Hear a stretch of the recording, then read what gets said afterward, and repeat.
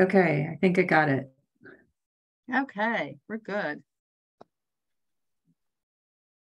Perfect. So I just want to take a moment to introduce myself and get a little bit information from you folks. Thank you, Valerie, for putting your video on. Roland and Jason, if you guys could put your video on so we could see you, that'd be great. So I'm Kate Houlihan. I am the CEO and team leader at Keller Williams Legacy Partners in West Hartford, Connecticut. This is I've taught Ignite before, but this is my first time teaching this session. So we're going to go through this together, and I really am looking forward to talking with you through this session 20, because this is your last one, right? This is where you get to move things forward and actually put things into play, which is why you're doing this, right? To build your businesses. So if we can just go around and tell me how long you've been with Keller Williams and in real estate, that'd be great. Get a feel for that. So Valerie. Kate, I'm just going to interrupt for 1 second. Because we don't have a moderator and because I have the Ignite on the full screen there, I can't actually see to admit people or if people have their hands up or use the chat. All right, so we will skip that. And if we have a moderator at the end, we will do that at the end. How's that? Okay. Perfect. Okay. So today we're going to plan on covering your future. So every day we hear about progress from the success system. And since we can't get you in, I'm going to skip the questions that are in here. Just raise your hands. Has everyone been able to meet with your accountability partners? Do you have accountability partners? Yes. No accountability partners. Steve, can you put in the chat why you don't have an accountability partner?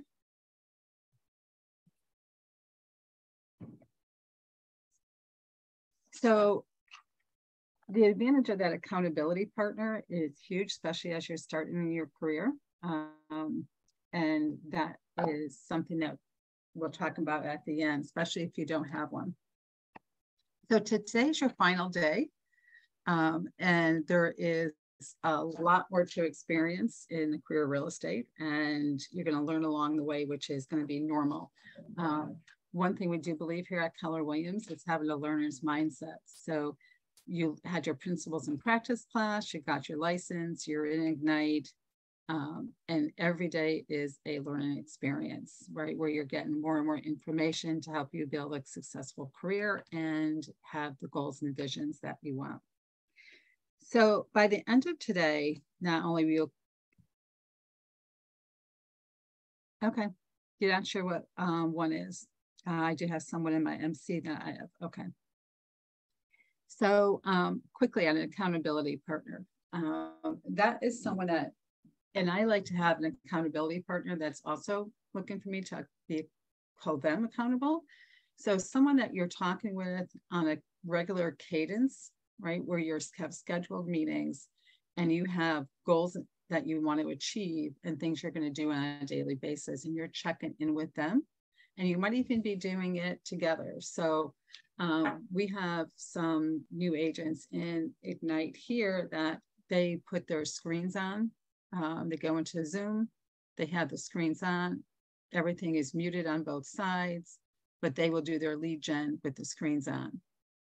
And then at the end of doing their lead gen, they're talking about their results. What could they have done different? How many appointments did they get? What was some of the pushback? What did they say to actually get a meeting, right? So you have a set time. Sometimes you're doing it together, and then you're reporting back what your goals are. So did that help, Stephen? Just do a thumbs up if that helped.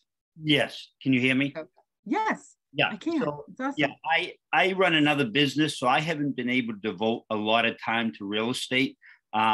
But there is someone at my market center that I touch base with very occasionally. And once in a while, he wants to meet up with me. So he possibly could be my accountability partner. I'm just not sure. Perfect.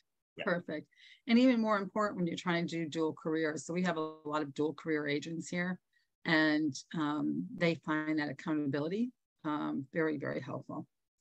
So at the end of the day, you're going to understand the importance of running a smart money business to achieve your success. We're going to review the success system to understand wins and opportunities. And we're going to identify different learning paths available to design your future plan at KW.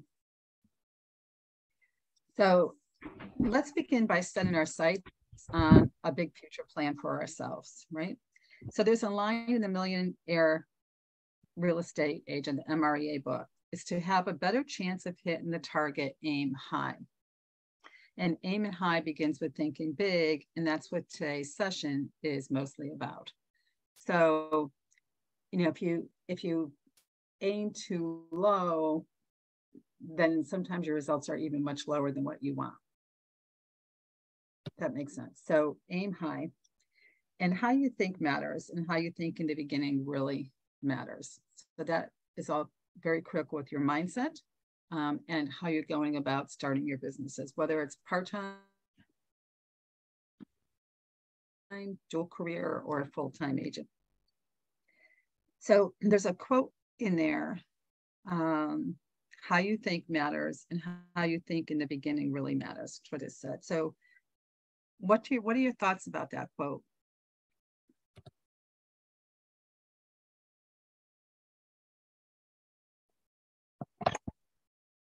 I think if you, I'm sorry, go ahead. I just said if you aim at nothing, you may just get that. So, Perfect. So goals can be important. There's a saying, reach to the moon so you can reach the stars. Is that something? I don't know who said that, but somebody famous said that. I just don't recall whose quote is it. But I always try to aim high, and you know, just it's if you aim high and you get short, you still become a winner, and it's something that I try to use anyway. Yeah, that reach for the moon quote is a great quote. And actually, it's one of my best friend's favorite quotes. So it's true, right? You set your expectations, and at a higher point than you achieve. So we have like hopefully you all have a chance soon to experience BOLD, which is Business Opportunities Life by Design, the BOLD sessions. And that in the beginning of BOLD, we're asked to set a goal. And then we're asked to double it. And you could feel the tension in the room for a minute, right? Because everyone's like, oh my gosh, right? You know, this was my financial goal, my gross commission income goal, whatever, how they're doing a number of units. And now you want me to double it. And it's so helpful because you typically end up higher than your original goal, maybe not reach your stretch goal, but you push and you think about what it could possibly be to get there versus that lower goal that you set. I also like to think of whether you think you can or you think you can't, you're right. Absolutely. Absolutely. Good morning, everyone. I'm Avish. I just got my license in the last week of August this year. And during taking Ignite courses and all the sessions every morning, I learned that implementation is the biggest thing you do at the beginning. Like if you go big, you think big, that's important, but implementation, what do you do to achieve your goal? That really matters. Absolutely. And sometimes we get so stuck on those steps and actions that we need to take, right? Because it's a new business, Our mindset might be, we might be nervous, we are afraid to make the calls, whatever it is. And we use up so much energy focusing on that versus just taking the step. And the more energy we give to not doing, yeah, to keep yourself motivated, you need to do something. And if you do something, like a small thing is really matters. And you, when you do something, when you talk to even one person about what you do, what you need to do, and to motivate yourself, you need to do something. That's all matters. Right. So you're practicing by doing as well. So you can't get better unless you do. So just getting into that action is great, I wish. Yeah. So there's a book called The Gap in the Game. And I had to read it for one of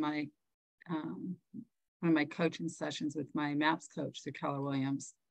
And the gap in the game helps us readjust our thinking from what we're missing or what we didn't achieve to the gains that we've made towards those bigger goals.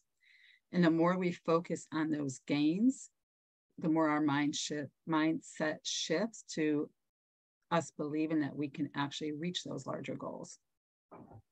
Right? Sometimes at the end of the day, we'll say, oh, I want to do 100 touch points or 100 calls, and I only got to 20. All right, from those 20, that was maybe 5 more from yesterday. But from those 20, you got 2 appointments. So you focus on the 2 appointments and the gain from yesterday versus the gap to what you said. Okay.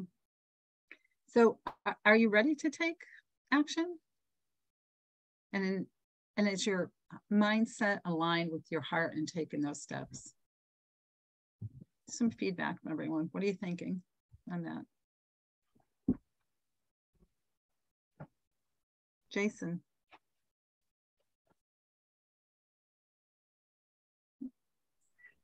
Guys, I'm going to log out and come back in. I have such a bad reception. That's why I'm turning off the video. So okay. I apologize, but I'm going to relog again. Okay. Valerie, how's your mindset? And it's aligned with your heart. And are you ready to take action? I usually don't start talking till 10 o'clock. I'm not awake yet. Sorry. Usually pretty animated, but okay. My mindset is, overwhelmed, right? It's all these different things that I should be doing and I'm not. And yeah, so it's frustrating because in the beginning, it's like all these different tools and stuff that we have to learn and which way do I go and all of that. And finally, I just decided I got to stop getting ready to get ready, right? Heard that before. Like I can't go out there unless I know what I'm doing. So I've actually been able to be part of the whole Ignite session, might have missed like 2. And it did give me the motivation and the courage, all right, to actually start doing stuff. The other members know I'm going to be doing a first-time home buyers workshop. I'm nice. Terrified, but it's given me a purpose, a reason to call my sphere. Not, hey, I sell real estate. It's just I want to be able to lead with a purpose, right? That's what we're learning here, and so I want to teach how to buy a house and hopefully get a client out of it. And that's all fine and good, but have I made contacts yet? No. Nope. Can you start on a friend? Well, I have the whole list. I have a list of like 50 people. So yeah. I'm waiting for Ignite to be over, and that's my kick in the pants to start. It's not until November 10th, so I have time. It's October on Monday, so I start my calls then. And I did put something on Facebook, but like on my Facebook page, but I didn't get any likes or anything. My husband shared it, but nothing. Not yet. People saw it though. People are seeing it. Yeah. So you just have to assume that like whatever actions that you're taking are really great actions and they're happening in the background. And whatever actions you take today, those results will show up in 90 days. And it doesn't necessarily mean that it's going to be in a direct correlation. So like if you're putting those like a series of posts about this buyer course, it doesn't mean that people are going to sign up for the buyer course yet. There might be people that will call you about like, can I be a buyer? So just getting in action and just keeping that positive mindset, good for you. I think that's great. So Valerie, on that list of 50, who's the easiest call? Probably my nephews, but because they're all in their 30s, there's 4 of them and they all have kids. And auntie, is my credit score good enough yet? You know, and this was years ago. I started real estate in 2017 and then put my license on the shelf because I got frustrated. But then I joined Keller Williams and you guys are great. But in that time, they always ask, auntie, you know, this and that. So now I have something to actually give to them. But will they show up?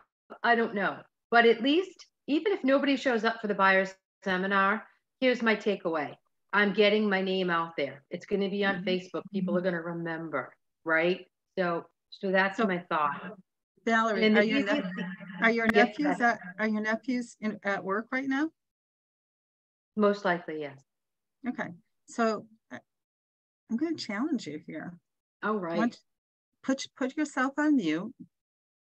Call one of your nephews, and even if you get a voicemail, just leave them a message and tell them what you're doing.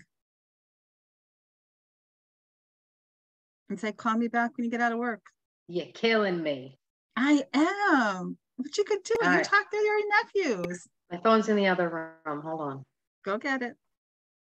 Come back and make that phone call. Tell us what happened. Even if it's just a voice message. Kate, I can't ignore you because you called on me first. I'm very sorry that my camera was off and it's going to go off again. That's okay. You said earlier, just blame it on my assistant.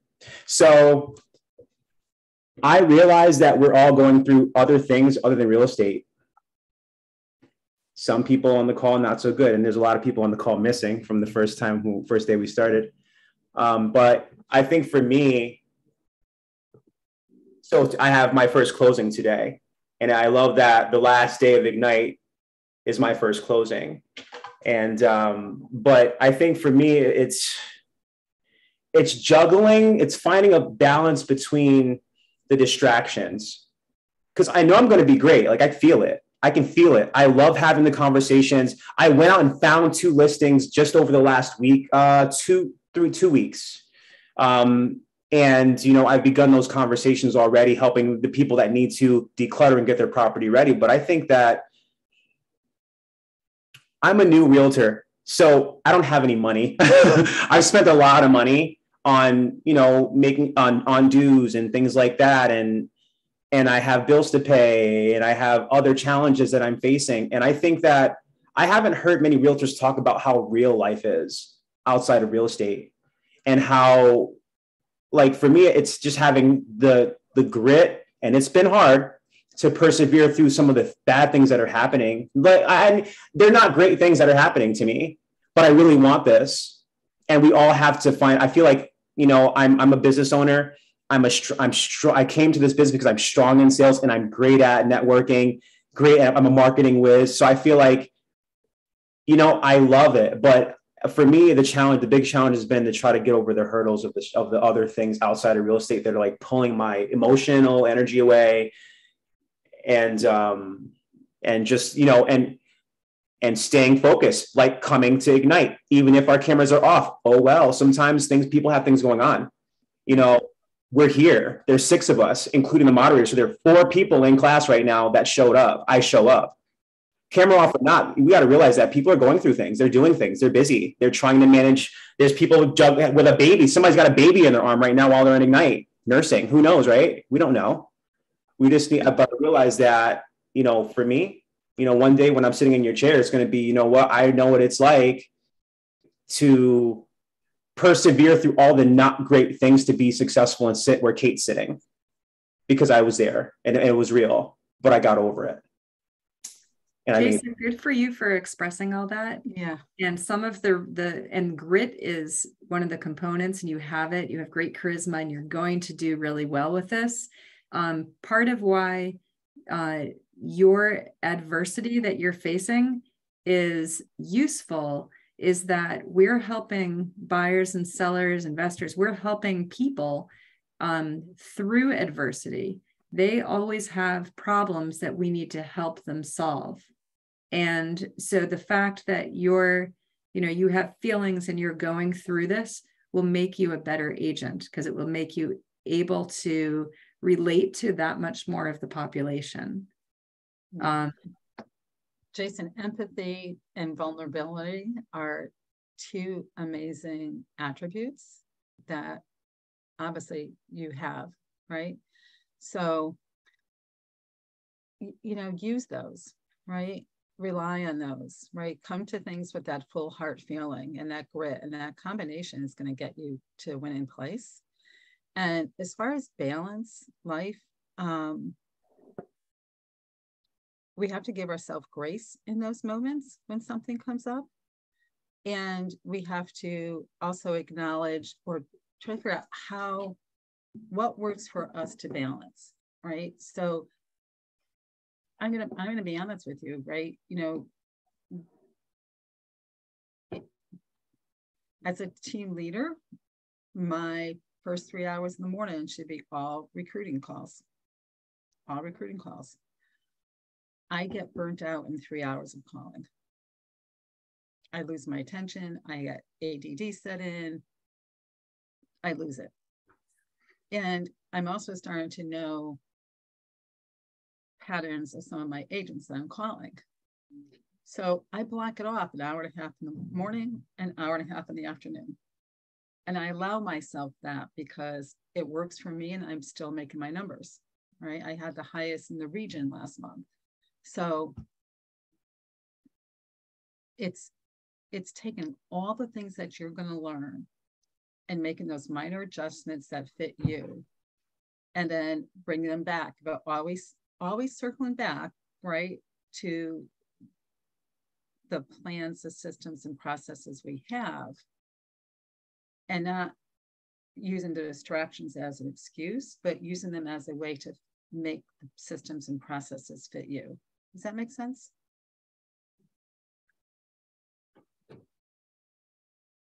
Jason, does that make sense? Yes, no, thumbs up.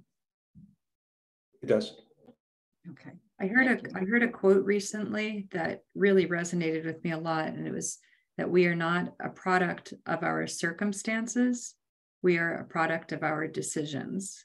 Mm-hmm. So even though life happens to us just as well as other people, life happens to everybody, we just have to find the right decision to make at the time to balance your life, to balance your business, and to help those that we serve. But as humans, we can help other humans.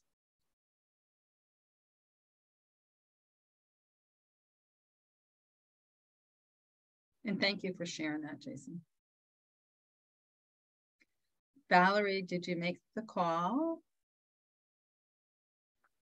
Yes, and he picked up the phone. Oh, yes. He was working. He's a construction worker. I hear the banging in the background, but it's Auntie, so he picked up. And I said, listen, it's my last day of training. They made me leave the room and call somebody, so I thought of you. And so yeah, I said I'm doing a first-time first-time home buyer seminar, and I think would you like to go? And he's like, yeah, Auntie, I'll do anything for you. I'm like, well, do you I think it would be good information for you.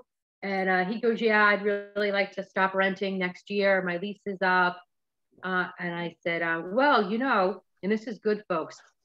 Because you have a baby, you make bank off that earned income credit. So take your tax refund and use it for a down payment on a new home, right? So, and then he went in to say that, well, I do have an annuity that I can borrow against for the down payment. I'm like, well, good. Then this seminar will be really good for you, honey. He goes, all right, keep in touch, Auntie. And so I told him I'd mail him something and all that. Yes, I did. Awesome. High five to Valerie. How'd you feel when you got off the call? I felt great, but the minutes leading up to which nephew am I going to call? And oh my God, I can't believe it. Can I just go back and lie? But no, I didn't. But that's really the anxiety I get when I have to call somebody and pick up that phone. Like, I don't want to be a bother, even though I have good information. So what, I want to bring you back around to how you felt at the end of that call. I felt great. Okay. I felt accomplished. I felt like, all right, I made a call.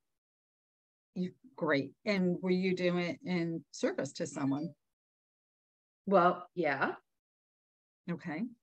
And if that he goes to this home buying session and everyone else goes, and at the end of the day, people walk away and they get their dream of actually having home ownership, how will that feel? Great. Okay. So get a vision of that in your mind. Get a vision of that in your mind. And when you go to make those calls, hold that vision. And when you start to get anxious,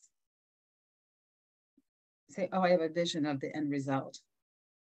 And you say that in that vision and that picture in your mind in a present tense. Not I will be, right? It's I am serving people. I'm getting their dream of home ownership done. I'm amazing at what I do. And get that feeling in your gut you had when you hung up with your nephew. And just get back in its habits, right? So it's anxiety comes up. I don't make the phone call. Oh, but I did. And I had a phone call that went really well and I felt really great. And I know that I can help them and that people are going to have their dream of home ownership. You're going to smile. I know you are, Valerie. There you go. Because that's what you can tell, that's what you want. So you just have to go back and recapture that feeling when you're going. So basically what you're saying is visualize the end result. Visualize and feel the emotion from it. Got it. I have a question. This morning I've been looking at the expired listings in MLS, and I did property research of some of the properties, and but I couldn't find the homeowners' phone numbers. How can I get them? Is there any way, like? I am not sure about that. I don't have a good answer for you, but I bet if you talk to your broker, or do you have a coach in your office? Are you working with a productivity coach? Yes. Okay. Really? So I would go to your productivity coach, hey, David, and ask your productivity coach about that. Okay. Thank you. Okay. Great. Were you guys all waiting in the waiting room? That's what I thought. I apologize. I didn't have anything come up on my screen. Yeah, I apologize because I can't do the PowerPoint and then see the admit button at the same time, or that people are trying to get in. So I stopped the screen share. And then Teresa Cabot was allowed to let you in. So I apologize if you were waiting for a while. I'm just so glad they're there, because now the admins will stop picking on me, Val, who talks a lot. Dave, you're up. Hey, Dave. Hey, what do you mean, Dave? I'm up. What happened? What do you mean? Because you're usually very vocal, and you're usually one of the first ones to talk. Oh, I was on time. It was me and Jason and Roland, and that was it. Oh, and Maywish. Maywish did talk. All right, I'll stop. And Don Shares and Steven. But they weren't on. Oh, Steven was on. Oh, this morning, yeah. Yeah, no, they're all coming in now. All right, I'm gonna be quiet. Finish up. Sorry, ladies. Life is good. We were chatting, Melissa and I were chatting in the Ignite Facebook thing. So David's from our market center here in West Hartford. And so it's his wife and David's sister I've known for 14 years before I came to Keller Williams, and she sold my house before I came here. And Dave is a great guy. And he's a great guy. I know. So we were talking about mindset matters. Mindset matters. And we want to talk about that. Anyone, how's everyone's mindset today? Thumbs up, thumbs down. Melissa, you're smiling. You're not thumbing up or thumbing down, but you're smiling. I'm just trying to get back on track. I was in the waiting room for over a half hour, so my my mindset's getting back on track. So okay, we'll get you there. Okay. So I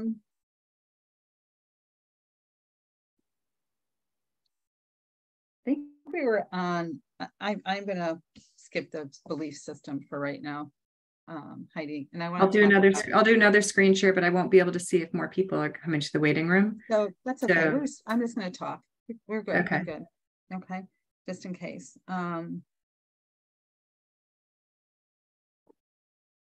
Around the room, first of all, tell me how your mindset is. Kate, quick thing.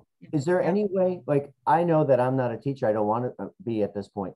Can you give me the rights to at least look and watch people in the waiting room? So Heidi can do her thing with the screens and I can just have that open on the side?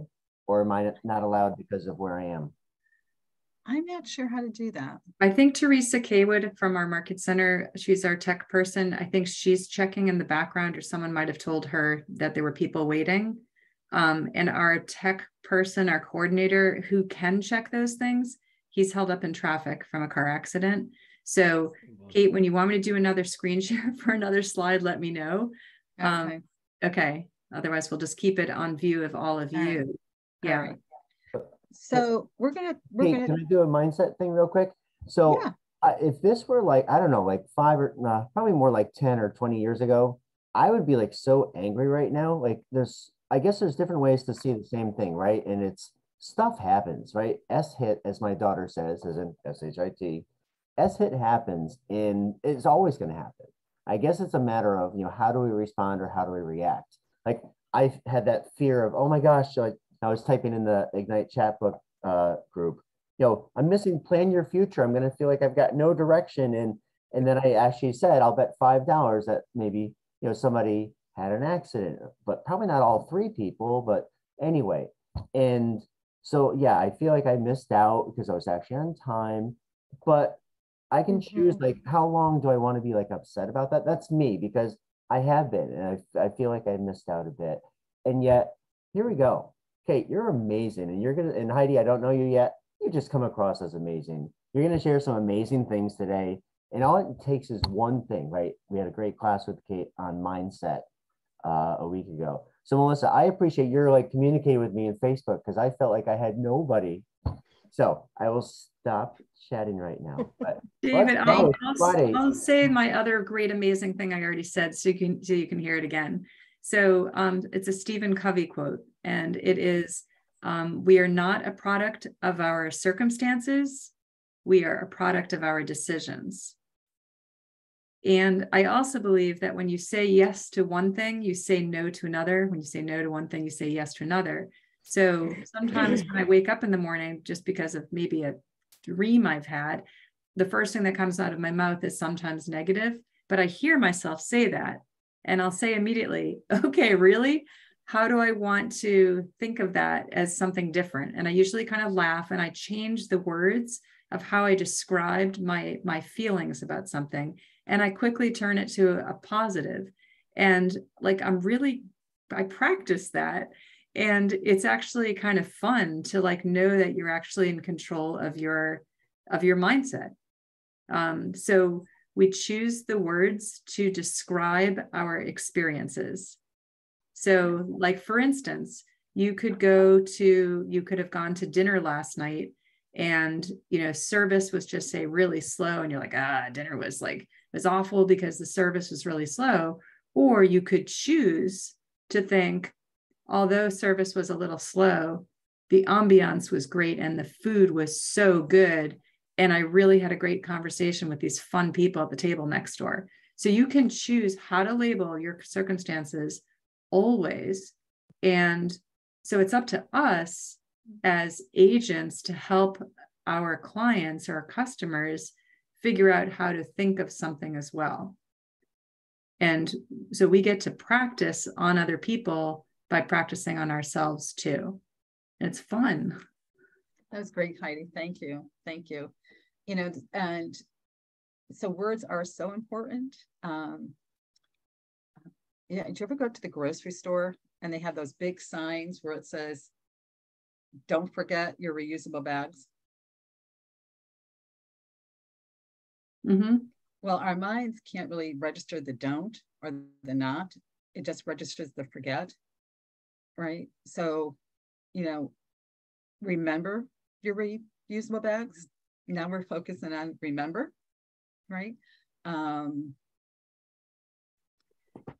I have great experiences when I call people on my list for my classes, right? I remember the heartwarming feeling that I had. Someone, I think it was Jason, talked about shoulds, all the shoulds that he should be doing, and feeling the overwhelm from that.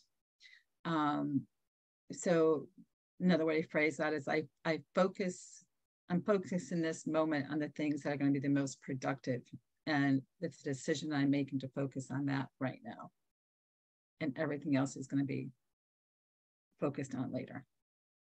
So immediately, your body energy-wise shifts from, oh my God, I should. Because once we say should, we tense up and it's negative and it's really hard to push through that. But if we focus on, I made a decision, you know, just like, you know, how you said, I'm using new words, I'm making a decision, and that's where I'm going to be today. So that becomes very empowering.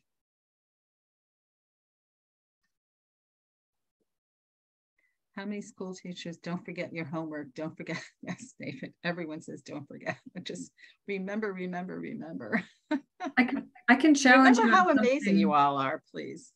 I can challenge you all on something else. So because I've taken a course called BOLD that Kate mentioned, the Business Objective Life by Design, Not by Default, a lot of it's on mindset. And so in the BOLD class, they talk to us about the words but and.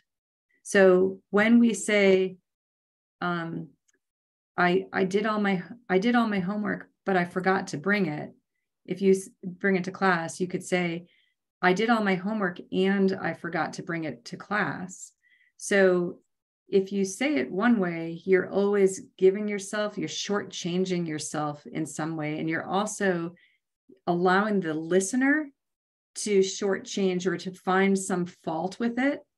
Although if you said something like, I went to class and I forgot my homework, it could imply something different. Like you still learn the material.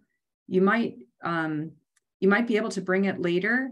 It just, if you can catch yourself with the word but, and like as we're all talking, if we can hear it with how each other are speaking, see if you can flip-flop those two words in your mind and see if there's a different experience you have, which really does change the emotional aspect and your own energy. Yeah. That's great. Thank you for bringing that up, Heidi. But negates everything positive that happened before that but. Right, so Heidi's example with the homework, you did it, and now it's focused on the negative because you said but. So that's a great habit to get into. Great habit to get into.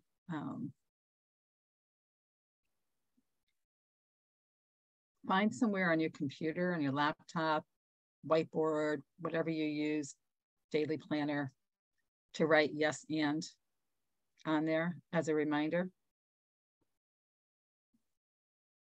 Purple pen, red, whatever you like, just so you notice it. Yes and instead of but.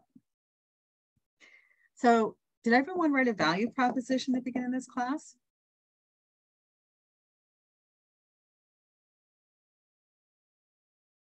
Yes, no, maybe? If you did, do you think it reflects who you are and the value you bring?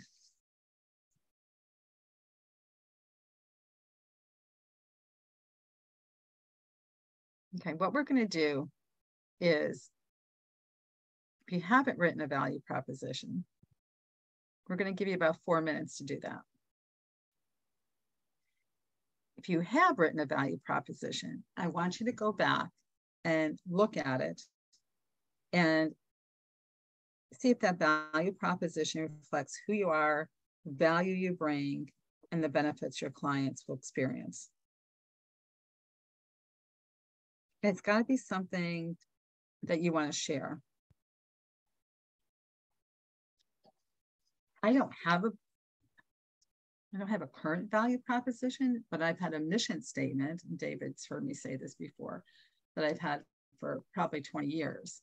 And that mission statement is I make heartfelt connections with everyone that I meet. So I enter into my conversations from that perspective.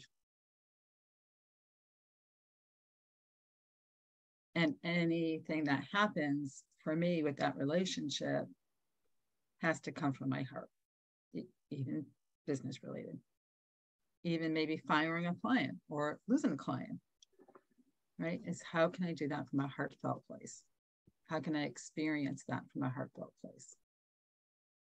If I lose a client, maybe I wasn't the best person for them.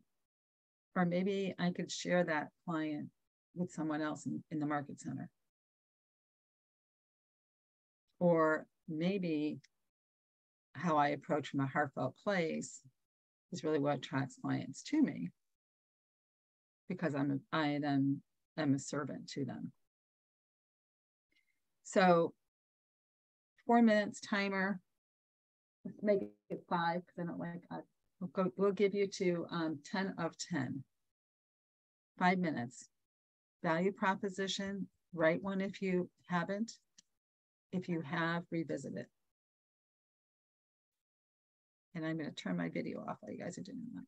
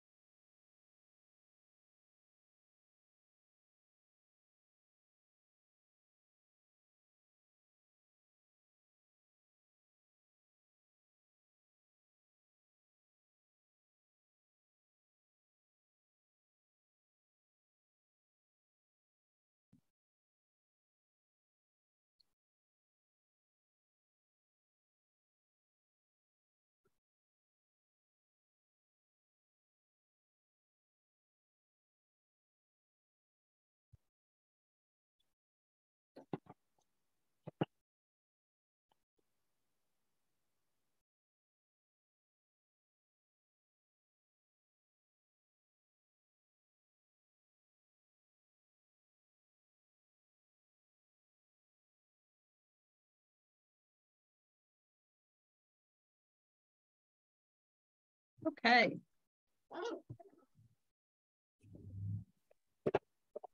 How's everyone doing?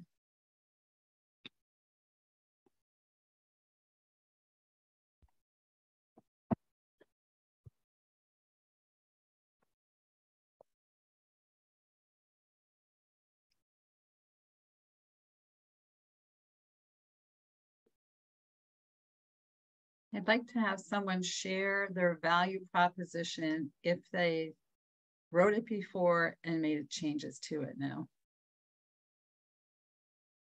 Get one person to share.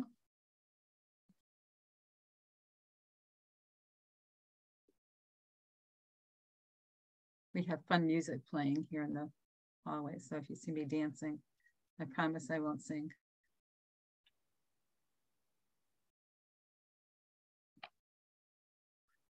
Okay, it's not the value proposition. I'm still working on that, and my perfectionist, it's got to be just right. It's going to take me a little bit, but what I wrote there was, let me help you or a friend buy or sell a home with confidence, peace of mind, and 5-star service. Now, I don't know if that's exactly what you were looking for, but I feel like I need like a little, like a, I don't want to say catchphrase, but could you, like, in your opinion, like, what are you thinking of value proposition? Because I'm thinking in a listing appointment, for instance, or with the buyers, I'm telling about all the different things that we do. We'll communicate with you, we'll provide this and that, and we solve problems, like all of that. Like, it's going to take me a little bit to put that together. It's got to be shorter. It's something that's, it doesn't have to be catchy, right? There are networking groups out there where, and I've done them and I've taught them and, how to do, your 30-second value proposition. And I do this for results with this. And sometimes that they feel very scripted, but, let me help you buy or sell a home with confidence and peace of mind and 5-star service. And I think that's a great value proposition, right? I can hear you saying that, David. So it's got to sound like you as well. If it doesn't sound like you, if it doesn't come off as you, your clients are going to feel that. So say it the way you would. Say it the way you want them to hear it. You can also look back at like past jobs you've had or compliments that you've had from people before you even got into real estate. And you might notice that there's a pattern of what people say about you that you're good at. And it doesn't always have to be a physical skill. It could be sort of like an emotional thing or a helpful thing. So look for clues and cues. And if you're not sure what your value proposition is, you could ask like 10 people that what do you think that are my strengths? And you might be able to piece some things together from that as well. So someone said something to me a couple of years ago, and it was something I did not see in myself. And so this is just the leather bound thing, and I fill in the notebooks as I use it. But the first page, I write this down, right? Every time I put a new one there. And it says, I am calm and reflective with the energy and passion to get things done. And someone said to me, you're calm and reflective, and you have a ton of energy and passion. And I was like, really? that sounds like an amazing thing to live to. Right? So I keep that there and I look at it. And sometimes when I feel like I don't have if I'm not feeling rah, rah, rah, sis, boom, bah, I'm not like, whoo, whoo, whoo, but I'm still getting things done. I might go back to that. Okay, but because I'm calm and I'm reflective, but I still have energy and get things done. So it's like, what do you want to say about you to your client? And to Heidi's point, going back to some of the things people have said about you, or what do your friends say about you, right? All right, so we have an hour left and we are only a portion of the way through. I can go back through the PowerPoint and just kind of give us prompts. Yeah, so big why. So let's dig into your big why. Is it big? Is it important to you? Does it get you out of bed every morning? Does it bring you energy and focus? Is it the ultimate turbocharger? Is it always present, or is it already present, even if you haven't thought about it?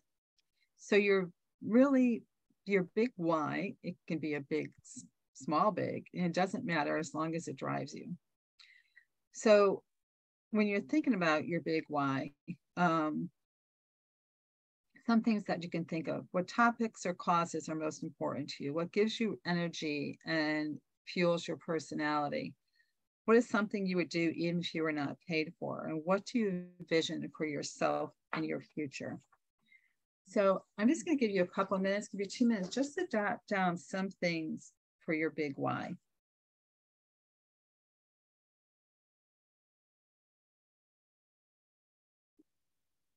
And think really big.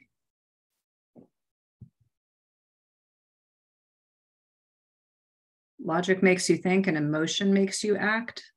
So be bold, think big. Mm-hmm.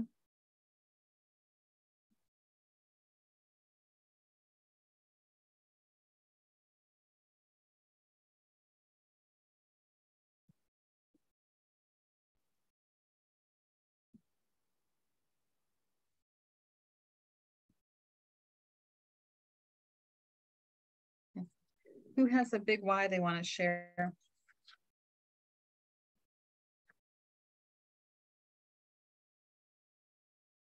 If no one does, I'll be happy to share my evolution of my big why, if that helps. Go ahead, Heidi.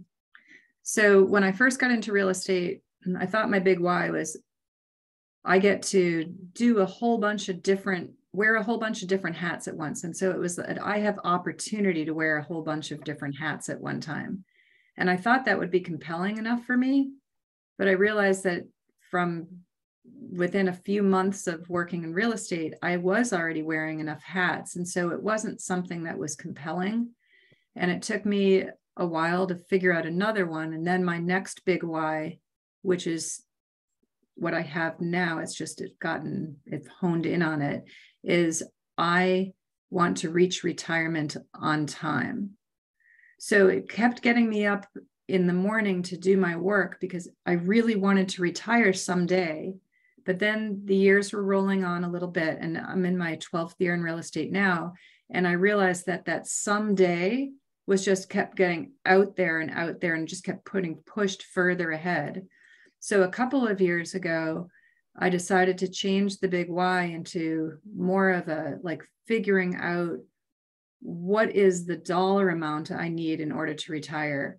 What do I need to learn in order to figure out a retirement plan? What retirement investor people do I need to talk to figure out all of that? And so I started just learning until I could make it more time-based and learning how to buy an investment property so that it could fund that goal that I had.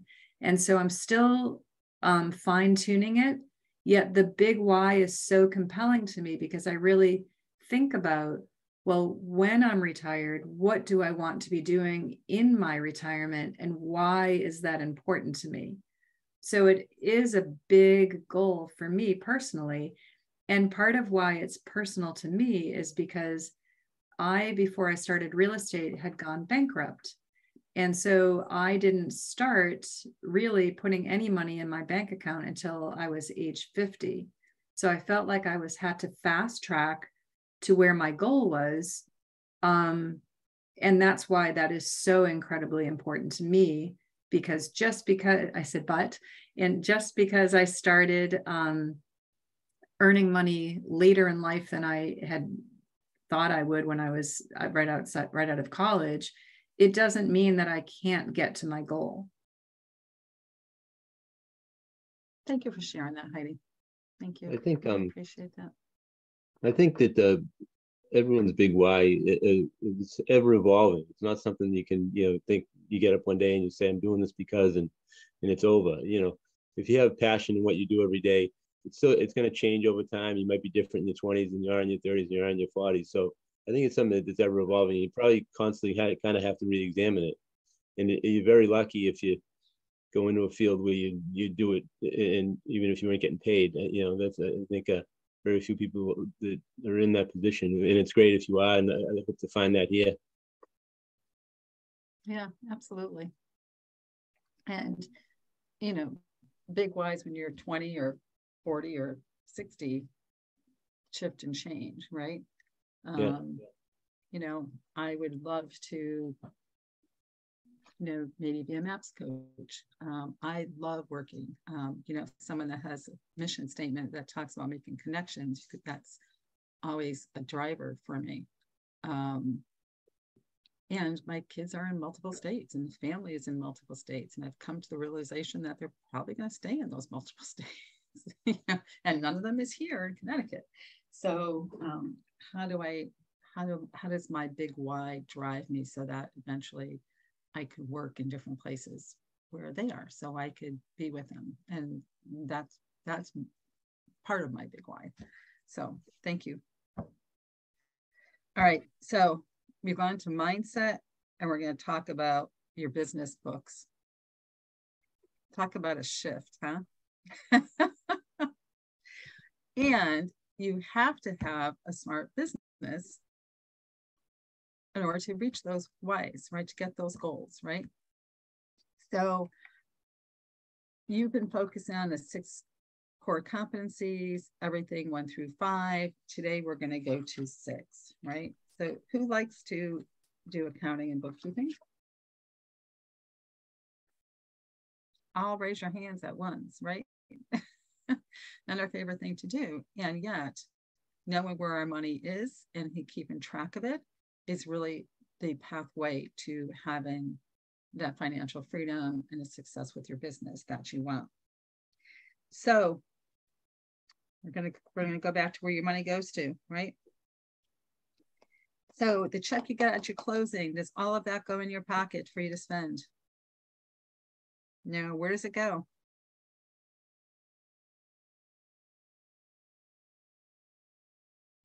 Right? You got some goes to the other agent, some you have to put back in for future business expenses. It goes to market center, Taxes, and then what you get to take home. And please, please, please, please, please make sure you put money aside from every closing for your taxes. So important, because you don't want to be playing catch up with that. Not a good place to be. We want you to be on top of that and know where you want to be with your taxes. File them quarterly. Put the money aside from each one. This slide is a really good visual too. Yeah, love this one. Okay. So if you're looking in that commission, you can see where all of that gets split up and what's in Jessica's wallet from it. Also, always important to put money back into your business so that you can grow your business and to have some savings, right? Pay your taxes, pay your business. When I say pay you, I mean savings, and the rest goes into your wallet.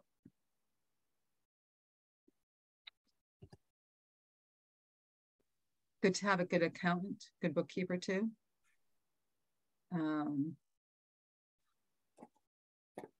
Help you with that. Have you heard of the MREA chart of accounts? Anybody? There, if you Google MREA chart of accounts, you will find how to assign all the money that you are spending to a category, so that when you do talk to your accountant, it will make it easier. And because it's the Keller Williams MREA for the Maine real estate what does MRE stand for? MR Millionaire real estate agent. Millionaire real estate. Yep. Okay. So it assigns based on within our industry all the different categories of our type of spending. Like if you buy a sign and a signpost person to put up your sign, it will give a category for that. So when you give this information to your accountant, it's already like showing what's a cost of sale and what is an expense and what is marketing and all of that kind of stuff. And it will save so much time for you when you have to file your taxes, and it'll cost you less with your accountant if they're helping with that, because less time. And you want to be able to run a P&L statement, profit and loss statement. So we're going to talk about that. Money is good for the good that it can do, right? I just raised my hand. A lot of us, there's been thought, we've been brought up, some of us, that money is evil, right? Money is good for the good that it can do for your family, for the community. It's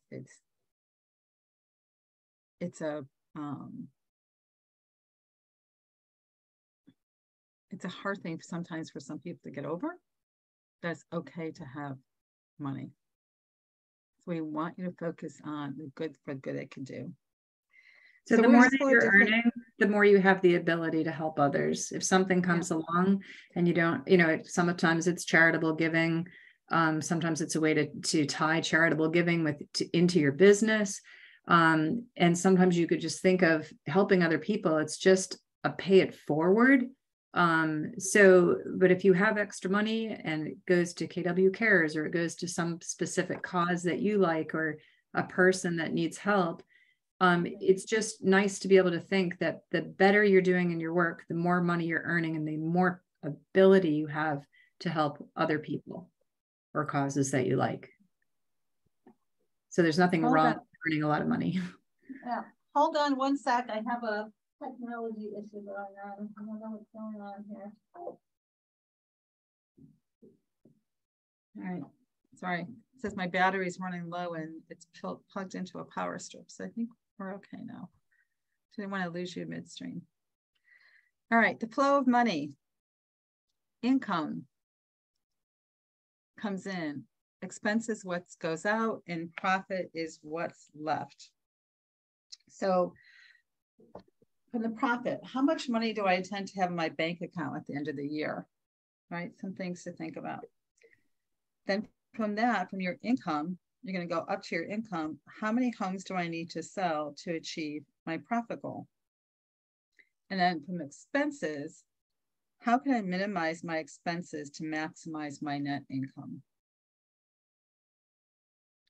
So this is kind of your work backwards, right? You're going to set your goal for what you want to have as income at the end of the year. How much profit, right? What's going to be in your bank account. And then you have to figure out what you're going to do that. You're going to, how many homes do I have to sell? At what commission rate? Even at what your average medium home price is, right? We were talking to one market center and their medium home price was still low to mid twos. They lived and worked near military housing. So there was a lot of turnover. There were smaller homes. Someone was just waiting there. Versus our market center, we're in the mid threes. So you got to know what the medium home price is, how many homes you need to sell, where your focus is going to be, and then what expenses you need to minimize or keep control of so you can net that income. And sometimes too, where you need more profitability, just say like, I needed to get some, I didn't need to, but I really felt like I needed to get some heat pumps in May. And so it wasn't in my budget to be getting something like that. And I thought, okay, I got a quote and it was going to be $8,000 before the rebate, which was really high. And I thought, okay, well, what if I have a commission and it's $8,000? Well, now I had kind of like a big why to make calls right then for that one thing that I needed that extra profit for.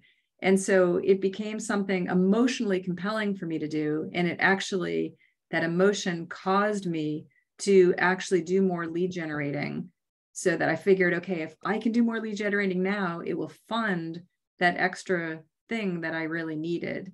So even though there's expenses to that transaction, I was able to control my behavior to increase my profitability. So I'm still finding other things to build my wants and needs because I need that emotional drive for myself personally. I need that in order to kick me in the butt to do the behaviors to get to that goal. And then with it, minimizing expenses, I really want to stress this. A lot of agents think that there's some kind of like shiny, gimmicky thing that they have to pay for in order to get leads. Like it's a whole bunch of different companies' jobs to lead generate to us and to call us as agents to say, we can help you get leads. You can buy into this service and we'll send leads to you. Well, don't fall for that. There are plenty of other ways for less money or for free that we can reach out to people to make calls without paying for a service and increasing our expenses. So just be careful not to do too many shiny, frivolous things. And also look in your Amazon subscriptions that have auto renewal every year, and look in there and see it. Like, are you paying for certain things that you really don't need, or you don't even know what they are? So try to really evaluate what expenses you can just cut on a regular basis. And if you can, whatever amount of money you're not spending is money you're saving, yet at the same time, don't starve spending money if it means like spending a little bit of money just to market yourself so that you're not starving your business. Right. Yeah. So I'm talking to an agent that's going to come over to us from another broker, and she's been in the business 5 months, has spent thousands of dollars on marketing, and got one rental closing. And part of it was following what other agents were doing in her broker's office. And as I said, the programs and gimmicks that were out there that were, saying quick fixes or lead gen, and things were getting just paid, getting paid out and nothing was coming in. So you do the tried and true methods first, right? And you get your feet wet and you get your foundation set. And then at some point, maybe you look at some other things, but again, still controlling your expenses. So what would be some of those tried and true methods that are not expensive that you would say, go ahead and go for? Door knocking without a color flyer. Door knocking with a half-page black and white flyer, so you have two different things on a page, not one whole piece of paper on shiny gloss page. No matter what you give them, they're just going to fold it in quarters and put it in their pocket and probably throw it away as soon as you're done door knocking, except for that occasional person that really might look at it. So that would be an example. Door knocking doesn't cost any gas. So you want to just... I'm trying to think of other things that are free. Doing a webinar, as Valerie mentioned, that is free. Open houses. We talked about. Yep. Picking up the phone and calling people. And every one of you that has spoken up that I've met on this, like I would hire you as an agent. Like I don't need you to flash something, wonderful in front of me just to get me to work with you. It's your personality that's going to show through. So people just want to be connected with, so you don't have to be paying for something just for that connection. Right. And what has a greater impact than whatever you could leave behind as a glossy whatever is the questions you ask, right? You come from you talk from a place of curiosity when you're lead genning, when you're door knocking, when you're talking with people. It comes from a place of curiosity. You ask those open-ended questions. You're basically interviewing your clients. You're finding out what's important for them, what's their goals, right? You say, I'm curious, you know, what's important for you about selling this house? What's selling this house going to do? Why is that important? What's your next move? Tell me why moving there is important for you, right? Because you're getting to them to a place of emotion, and then you get to help them achieve those goals. A glossy brochure or, 5x9 postcard left behind is not going to give you the opportunity to ask those questions and gain that knowledge. I would say community service. It's Absolutely. free, and people relate to you when you give back to your community. So people seems to like that idea that you give back to the community. Absolutely. Right. And getting involved in a volunteer effort, you'll meet people for free while you're there, or being in some kind of, I don't know, like hiking group if you like hiking, or cooking class if you like cooking. No matter where you're at, if it's sort of like a repeatable kind of event where they're going to see you again, they're going to want to work with you if they like you and they trust you as a human. So it doesn't even have to be necessarily like throwing real estate in their face. People always are curious, like, what do you do for work? So just showing up somewhere, showing up and interacting. So to the guys on the phone, I apologize about this, but there's a book called Wolf Pack out there. Abby Wambach, who is the all-time leading soccer scorer, male and female, multiple Olympic gold medalists, wrote a book called Wolf Pack, and it's all about building your tribe to help support you. And it is focused on women. So I just did one session, Wolfpack Book Club Mastermind, and I'm doing another one. So I have women come into this that are in real estate from other firms. I have some people that aren't in real estate coming, and we're talking about the book, and we're doing it on Zoom. And I'm finding out more about them doing that than if I were to call them, doing a cold call to try to recruit them. So my goal is not to recruit them, maybe eventually, but my goal is to get to know them.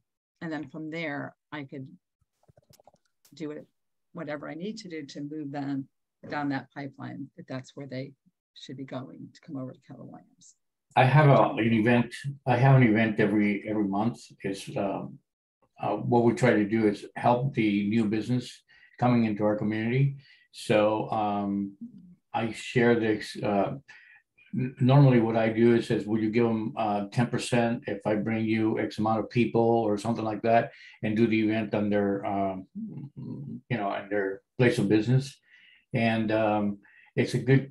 I try to do one every month with different businesses. They like it because they bring new people to their establishment, and it's good because people get to know you. And every month is something different. So a lot of people are looking forward now. Oh, what are we going to do this month? That kind of thing. And so I started very slow. But I'm building on that, and now I have about 150 people that shows up. So it's working so far, but it's taking a while. It's taking a little bit. Well, if you have 150 people that are showing up, I'm just going to say kudos to you, because that's amazing. It's been surprising because I didn't think I was going to get that many people at all. I think maybe 5, you know. But You surpassed that. you know, I've been doing this for about 3 to 4 months, and it's working. When I knock on doors, I do knocking on doors because it's free. It's good for exercises. I do events. I tried not to do a lot of putting myself, oh, I'm a real estate agent. Would you like to list or, do that? I try to reach out to it, just like you, Kate. I was just trying to build a relationship and then everything comes behind it. Absolutely. But I try to get my face in front of everybody as much as I can. I go to Home Depot. I try to help people, if they needed I talked about where to get this, where to get that. And I flip houses for a long time. So I'm very good at that. And so I try to help people if they're wanted finding this or finding a person to a trade that they're looking for and that kind of thing. I have a list of those. Right. Anyways, those are my 2 cents. And valuable 2 cents. It's probably worth 50 cents or $1 or multiple dollars, right? Because, just really quickly to go back to something Heidi said earlier, you may get business from them, but you also don't know who they're going to talk to, who else they're going to talk to refer business to you. So good job, Roland. Can we go to the expenses related to your business slide? Yeah, I'm trying to change it to the next slide and there we go. Whoops, I went too far. I can't go backwards. Actually, I just want to make a comment. If you guys have ever taken Track, it's a great program. It talks a lot about finances and it shows you how to calculate your income step by step. So I would recommend if you just look into it. There's a lot of free. I think the book costs like $28, but you can download it. I think out of the Keller Williams University, so it's free for you to download it. And it helped me a lot because it makes you focus on how many houses you need to sell to accomplish your goals. If you be honest with yourself, you can realistically do something and then make a plan to exercise to meet your goals. So it's not just putting your numbers down and you say, oh, I'm going to sell that. It kind of walks you through, go to how much is your commission, what's your conversion rate? Just like our screen right here, Roland, right? Yeah, just pretty much like that. Yeah, exactly. Okay. Yeah. Okay. So these are all the important things that that you need to look at and have a way to track them to figure out what your net income goal is and what you need to achieve it, right? So you need to figure in that royalty, the company cap, what your business expenses are, get your gross commission income, and then you'll know your average commissions, and then your annual, I'm going to close my chat. Hold on. There.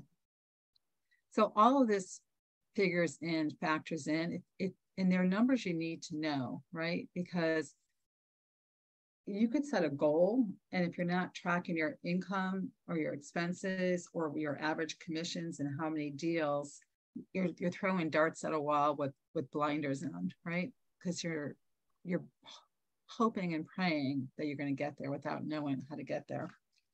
Can we go to the next slide, please? I'm trying to figure out where. When I click enter, it doesn't always do something, and then I'll do enter again. It will flip twice. Quick question, if I can. So I don't see who it is that put in that development, the business planning clinic. I know I did. Yeah. Timothy Lindsay had invited us, even though it conflicted yesterday, and said there's another one in October. Is that the one that we're all sharing, or does each market center have their own one of those? That particular business planning clinic, that one is that one that I mentioned that I know of, that's taught through Knowles Development, but it's taught by other places as well. So, but it's a really well taught one. And then there's another good one on profitability called Profitability, about agent financials, and that's a KWU course. And the Knowles Development, he's a Brad Knowles teaches it. He's the team leader at the Market Center in Greater Portland. He's a great guy.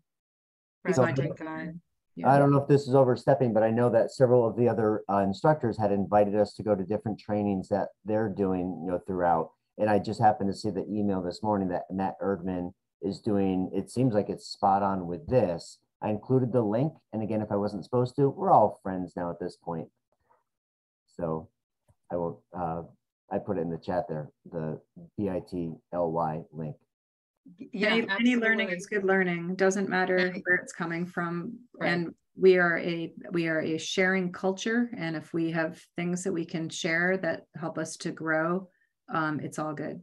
Yeah. So Matt is the operating principal in our market center here in West Hartford. Just give everyone else a little background. So we've got 8 locations and about 400 agents. So, and Matt does a great job teaching this model.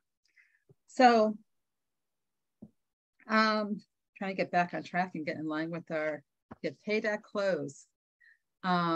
Yes, check on the process. Please, please, please make sure you check on the process for getting your commission. Your market center should be filling you in. You should be reaching out to them. I've seen new agents walk in our market center.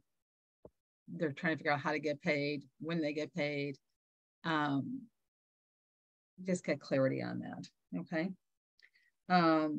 Use your command to make your commission request. You need to create an offer, accept an offer, and use all the systems in your command as you are doing it in how your market center operates, right?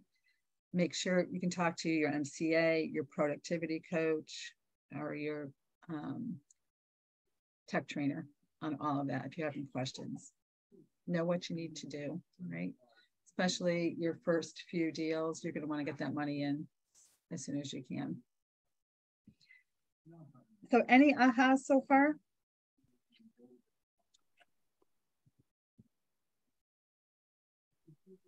The whole Kate, I just want to say that to you. I feel like you need to know.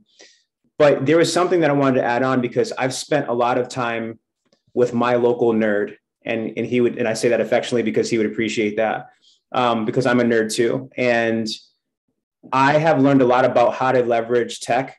So when I'm going out door knocking, and I love what Kate said, because now I'm going to actually put QR codes on all my black and whites, because we go out for a day door knocking and we talk to a lot of people, but we don't get a lot of feedback maybe from it. If you've been in sales and you've been there. But I never thought about incorporating that QR into my black and white. Thank you, Kate. Handout, something. I gotta leave something flashy. But the truth is I'm flashy enough.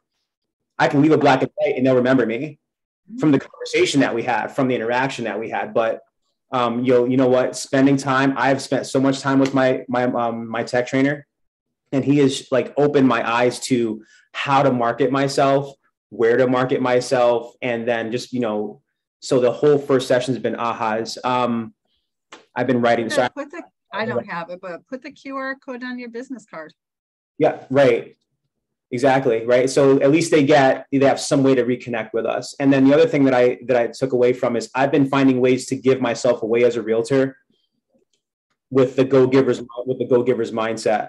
Yeah. So I have a teeny weeny. So I have a passion for kids. So I just got notification that the books came in because I'm partnering with a local organization that gives books to kids, and I'm going out and reading books in the classroom. I love it. So I'm also a junior achievement volunteer. I'm like, how else can I put myself out there so that I do what I love and I'm having fun and I'm connecting with, you know, my local audience. So my goal is takeover. You know, I'm a new agent, but my goal is takeover. I'm a hungry, young, new agent that wants to take over. But I feel like the way to do that is to give. And I what I've heard the first half of this session is just like, give. Where can I give? How can I give? What can I give? My big why, and I wrote mine. It was a few things, but one of them was, you know, as I look at it all, it's all giving. My whys are all giving. What can I give? So Jason, thank you for being a JA volunteer. I did that when I was a teenager several years ago, maybe 10 years ago. But I did do it. Yeah, so I when you're in the process, so there's ways. So at one point I was on 5 boards. Not real estate boards, but 5 different boards. I'm going to ask that everyone finds balance in that too, Jason, right? I don't want you to get burnt out on the giving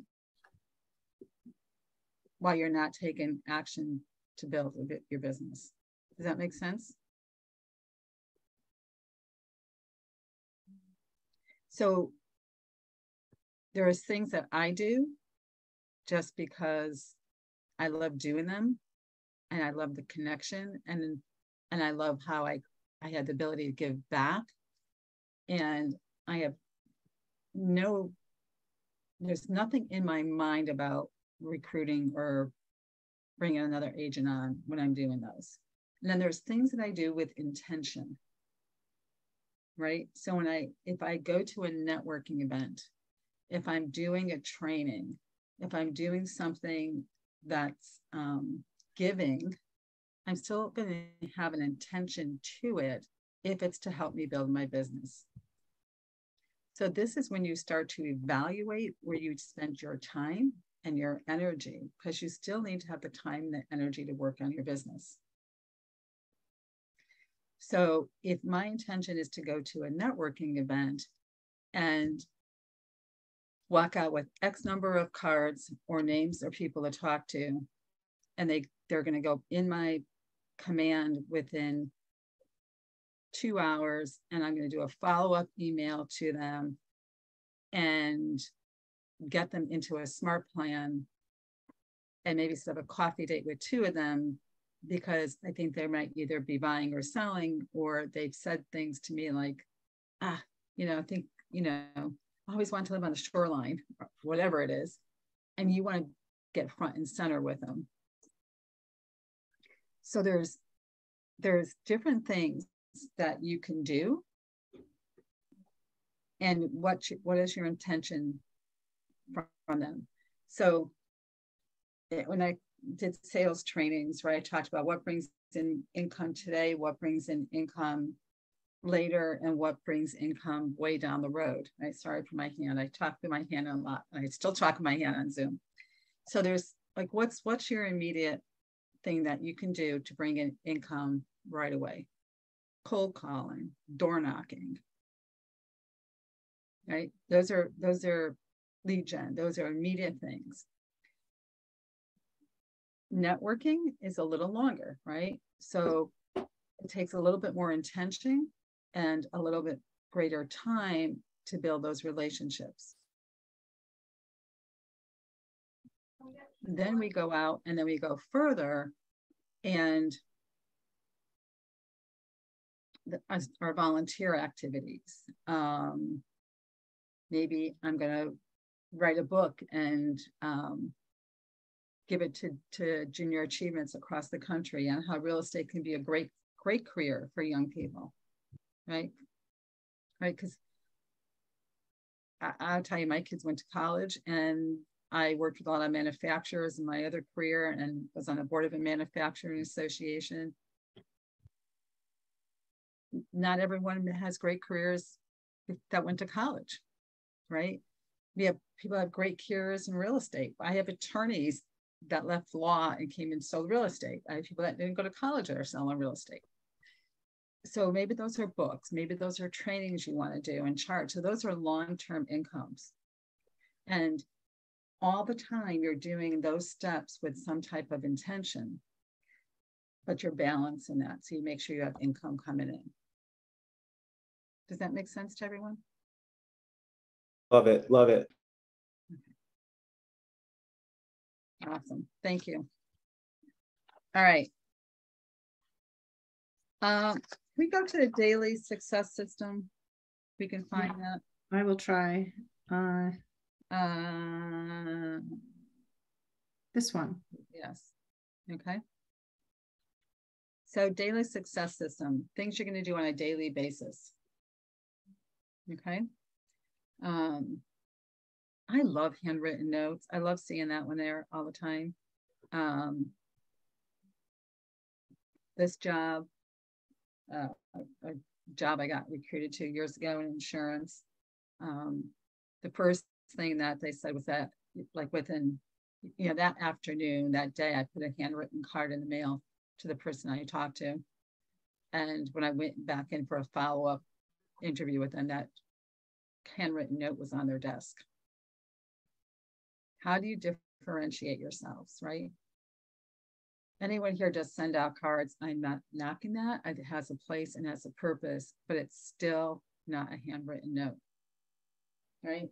I have all my little KW note cards here, right? They get filled out and they get sent out, right? How many of those you're going to do? How do you keep yourself accountable? And how do you keep yourself on pace to have the conversations and the contacts that you need? Okay. So for handwritten notes, I'm a big fan of them, and I have a whole stack in the drawer I just reached over to, and my stamps are to my left. So there are all different ways to do handwritten notes. Sometimes I will staple a business card in it, but not if it's like, I'm really sorry that you lost your mother or something like that. Then I'm not going to do the business card then. But it could be all different things. Like I actually scan through Facebook every day for just a few minutes. And if somebody says, I just had a child that was born, or I lost my dog, or my son graduated, when you have those like life events, it's a really great opportunity to send them a handwritten note, because everyone's going to message them on Facebook, but not everybody will actually write a heartfelt note. Also, sometimes you'll pass by a house that has like really beautiful decorations and they're in your neighborhood. You could send them a note like, I love driving by your house every day. It makes me happy when I see your front door. Yeah. Or following up on the appointments to give a follow-up, like, it was really great to meet you. I will be contacting you again in 1 week. There's so many options of directions you can go. You could just say you were doing calls one day, and you have every once in a while someone super polite that's like, I really don't want you talking to me anymore, but I appreciate that you're taking the time. I know you're trying hard, or something like that. You could send them a note card in the mail, like something almost funny, like, you made my day because it's really hard making calls, and you were the one person that, didn't get angry with me. So, I just personally wanted to thank you. I mean, it could be anything, but if you do focus on 10 handwritten notes a day, it's not that hard to do, and it can be really brief. Yeah. And so make it a game. In my first couple of months in this role, I made a call to this woman, and within 3 seconds of the call, she started crying. She was at the vet and she had to put her cat to sleep. And being a crazy animal lover, that's just like, I couldn't imagine. And so we just sent her something. We sent her, they have these sympathy pet baskets that you can buy, and had a little frame in it so she could find a picture of her cat and put the cat's picture in there, and this and that. And then I sent a handwritten card. And then like a month later, I just did a check-in call with her. And I'm 99% sure this woman's never going to come to KW because she's nearing retirement. Only does there's a lot of reasons. She could still come to KW, who knows? But I just did a check-in call and said, hey, that was really tough thing to do. You still talk to me. You still talk to me while you were crying, waiting in the vet with your cat on your lap. And I can't imagine doing that. So I just want to check in and see if you're okay. Another thing about notes, and then Valerie, I'll get to you. With it's okay if your writing is really messy. They're more likely to open the envelope if your writing looks like it came from an actual human being. I also buy like fun stamps so that it just, I don't know, just looks like a person sending something to a person. Valerie? So if you've never really sent cards, I feel like it's awkward. Like I liked your idea about, always saw something on Facebook, but if I've never sent a card to this person before, isn't it kind of weird? Not really. I'll send you one if you put your address in the chat box so you can see what it feels like to receive one. I'll be happy to. Seriously. But see, we've connected. Like this is where I stumble, okay? Because I overthink everything. And I'm like, well, all right, I got to write a note card. What am I going to say? So Valerie, start with, just like the phone call, right? Start with something that's easy. Start with something that's easy. Send a note card to your nephew. Hey, I can't believe you actually stopped work. And I heard the hammers in the background. And that was a tough call for me to make. Thank you for picking up. Thank you. I like that. All right. Okay. So it's personal, it's vulnerable, it's appreciative. And they will keep it. The handwritten notes they keep. They will keep them. That's the only thing they keep. All the other mail they throw away. They do. They keep handwritten notes. I have handwritten notes that people send me that I keep. And to Heidi's point, if it looks like it came from send out cards, I may open it, but I definitely don't keep it. I don't always open them. And then if I happen to like get to like the junk mail and I happen to open them like 2 weeks later, I was like, oh my gosh, I didn't even know that that was a personal note. So yeah. Yeah. And so when we talk about habits and building things up to get to the point to sending maybe what were strangers handwritten notes. Does anybody send Christmas cards anymore? If they don't, you can. Yeah. So if you wanted to go to the gym today and start a weight training program, would you walk over and start lifting 150 pounds?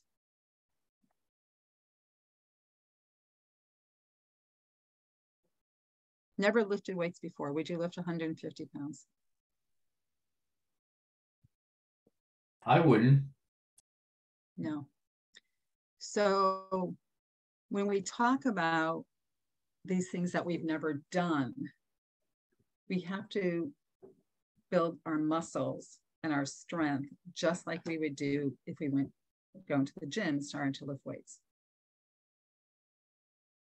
So if something's uncomfortable, like lifting 150 pounds or mailing cards to a house you drive by, start with something that's comfortable. Right? If you make X number of lead gen calls today, and there's 2 or 3 that really stick out to you as great calls, it doesn't necessarily mean it ended in an appointment, but just great calls, right? Appreciate that you took the time to have a conversation with me. If anything should change, I'm here, or I had great referral sources for you in other areas. Here's my card. Whatever it is, tie it back to that conversation. When you said this, it really made me laugh. I appreciate that. So it's building your muscles over and over and over again, working on that so that eventually, you can lift 150 pounds. But if you're saying to go from not lifting weights to this, you really set yourself up for failure. Because you're not going to be able to lift 150 pounds.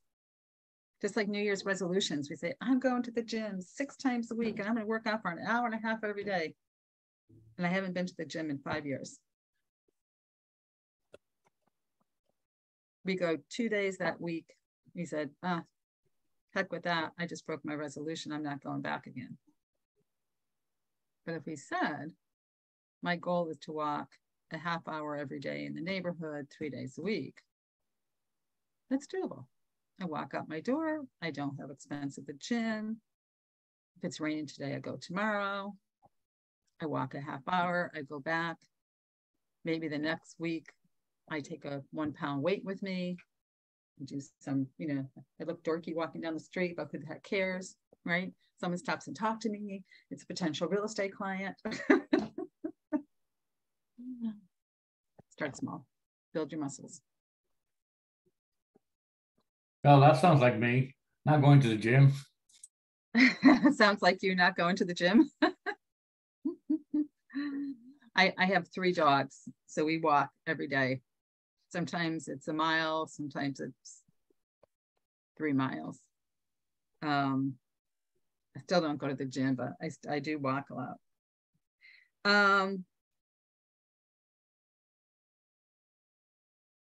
So Gary Keller reminds us no one succeeds alone, right? So this ties into the importance of accountability. Why do you think accountability is important?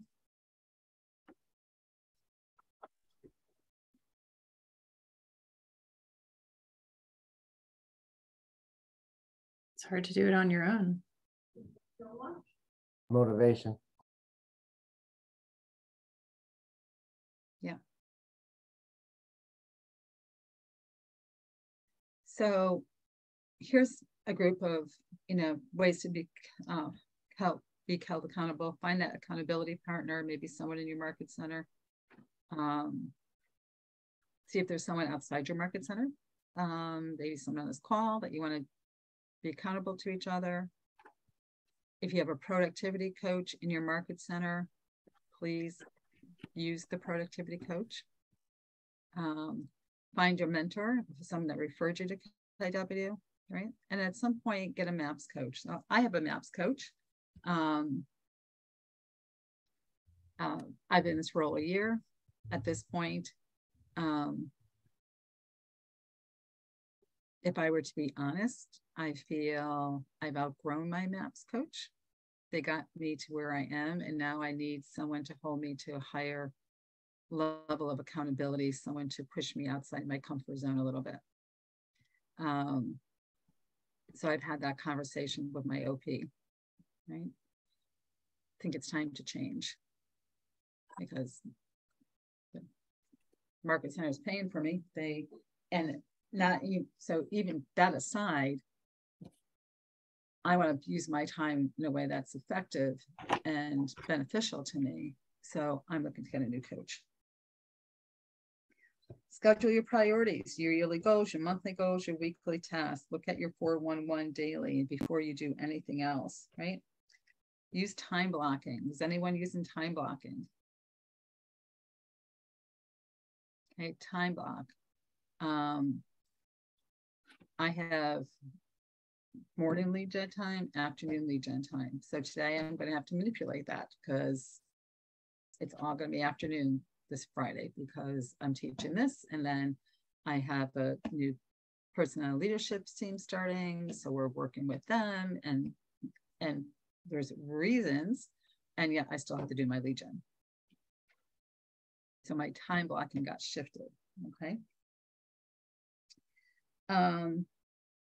Read the one thing.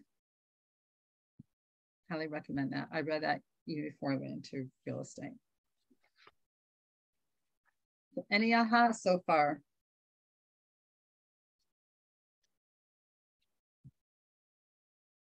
Okay.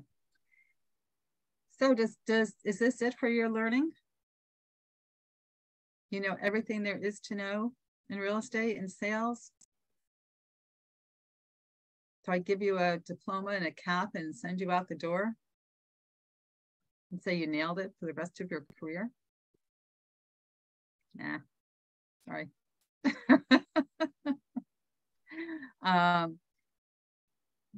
Be learning based, right? So learn about your market. Now understand those numbers, right? Days on market, new construction. Yeah. You're getting into a market where you're going to have to learn negotiating skills, right? Because is starting to happen in that shift where you have to negotiate between the buyers and the sellers. Read Gary Keller's, books, find out how to negotiate. Attend our annual events like Family Reunion and Mega Camp. Great resources for training. And read all those books. My books are here. I pull them out. I talk with agents about them. Always go back to the basics. Okay, all your models are in those books. Follow the models, personalize them for you. You will be a success. And make sure you're learning based. At some point, I would highly suggest, you can go to the next slide, that you take bold.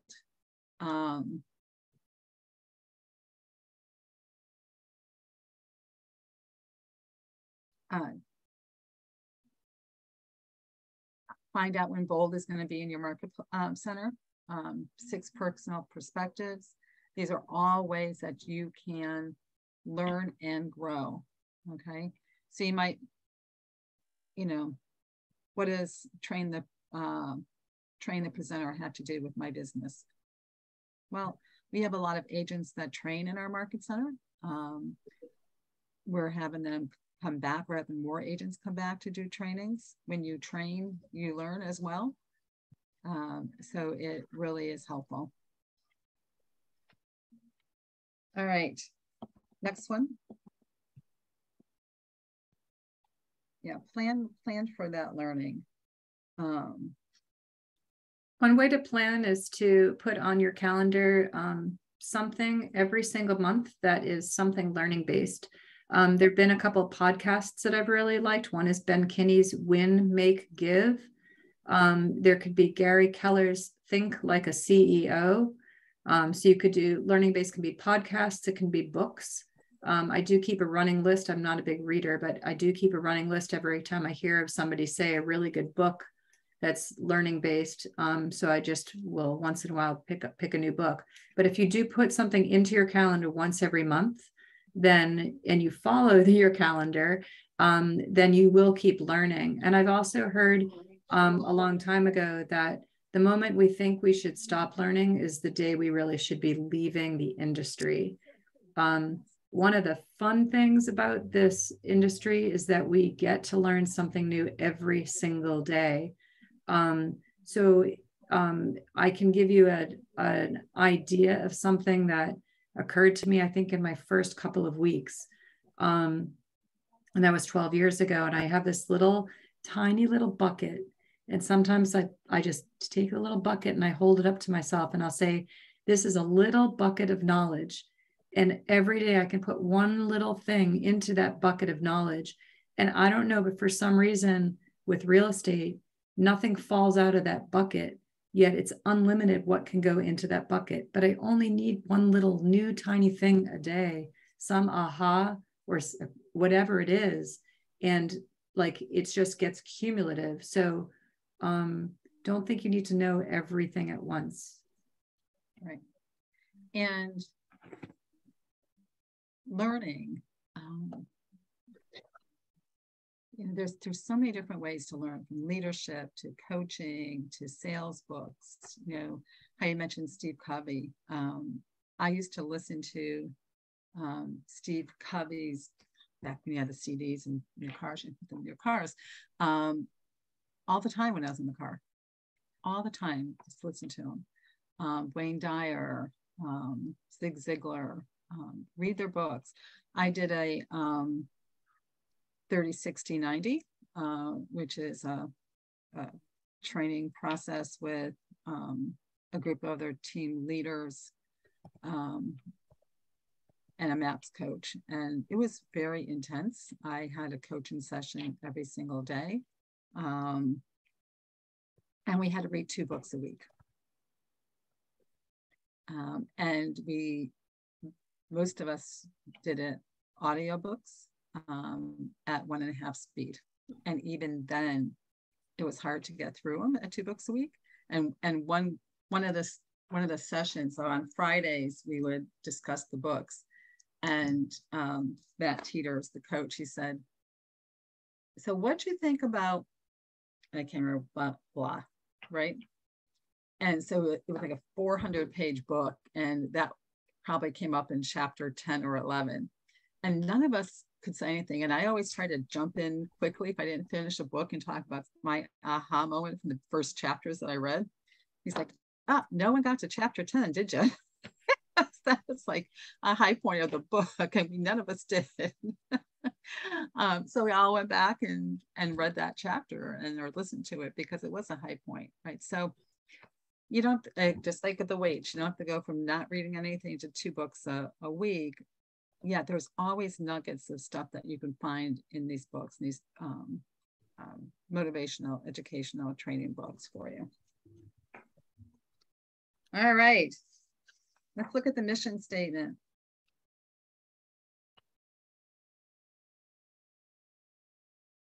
Who wants to read it for me? Build careers worth having, businesses worth owning, lives worth living, experiences worth giving, and legacies worth leaving. Yes, thank you. Who looks at that on a daily basis?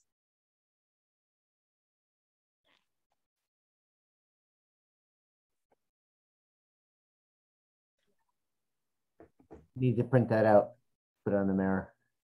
Yeah. I actually just took a photo of it, and I'm probably going to set it as a daily reminder to pop up at a certain time every day. So when I see it, I'll be able to, or when that time comes every day, I'll see it at least once a day. Awesome. All right, next slide. Who wants to read this one for me? I'll read it. Get real about your situation. Get right about what you are doing. Bring a greater sense of clarity, priority, and focus to your work. So this quote comes from Shift, the book Shift. So it speaks to the truth about success in business. And in order to achieve everything that's in that mission statement, we've got to get real about our situation and get right about what we're doing. And in manufacturing, there's Kaizen method, right? So basically it's looking at what you're doing today, what you can do to fine tune it, shift it just a bit, move forward, do that clarity, priority, and focused, shift it a bit, make minor changes if you need to, move forward, right? So instead of trying something for 2 days and throwing it out because you said it doesn't work, how do you keep moving forward with it and making minor adjustments to make sure that it works for you, right? Be clear, set these things as a priority for you, and focus on what you need to get done. Next slide. This is going to be our last slide, and then I just want a couple of ahas because it's 2 minutes of, and I'm going to have 3 people walk in my office at 11, so I do apologize. Design your future. I love this slide. If you just focused on this, you'll be success. Build your value proposition. Know your big why. Know what your goal is. Know how many transactions you need. Set up your database. Be a smart money business owner. Be accountable and always come from a position of learning. Once we feel we don't need one of those things, we're going to move away from our success. We're going to move away from our goals. We have to know these. We have to live them. In any business, this is any business, not just real estate, right? You look at Home Depot, to your local manufacturer, to your local florist, to your local KW realtor. They know their proposition, they know their why, they know their profit goal, they know how many sales or transactions that they need. They know they have to have a database, they have to be smart about their business, they have to be accountable, and they always have to learn. Right? We talked about the 3-legged stools. This is an 8-legged stool, basically, right? It's like a big bench, the 8-legged bench. One of those legs goes out, you're wobbly.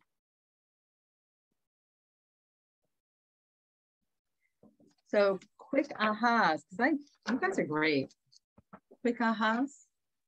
And then we're going to close this down and send you out to be amazing, amazing realtors.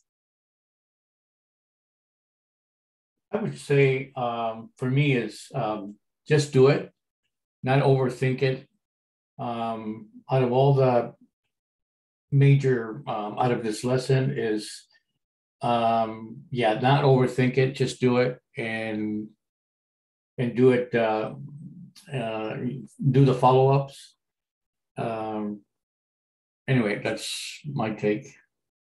Thank you. This is like the last day of school, right? It's the last day of school. Last day of I'm school. sending you off as graduates to come back and continue to learn, Michael. Yeah. I'd like to thank all the instructors. You guys are great, and everyone that took part in the class. You know, congratulations. Celebrate it today. It is a milestone. It's like Halloween boot camp. So, you know, I go out to lunch. I do something fun. You know, it is somewhat of a milestone. Learning will continue, but you know, it's something we did accomplish something. Yeah, it is. Thank you, Michael, for acknowledging that. One last aha. I'd like to share. I think the foundation of business is obviously the numbers and the goals to get there. But oftentimes when you're starting a new business, you don't take time to create your value proposition and your big why. And also having in mind that it does change. So it would be important as we continue our education moving forward that we revisit that and shift or pivot that as needed when we do stop to evaluate it. Because I think a lot of us have that perfection syndrome where we want it to be just right. And by the time we think we've got it just right, it's already changed. So I think done is better than perfect. And then we can always, evolve with it along the way. Perfect. Thank you, Melissa. All right. I am sending you off to be amazing, amazing real estate agents. Congratulations, everyone. You guys are going to be amazing. Have a great Friday. Go celebrate. Bye. Thank you. Thank you. Heidi, thank you. You're welcome. Bye-bye. Bye. Good luck, everybody. Bye.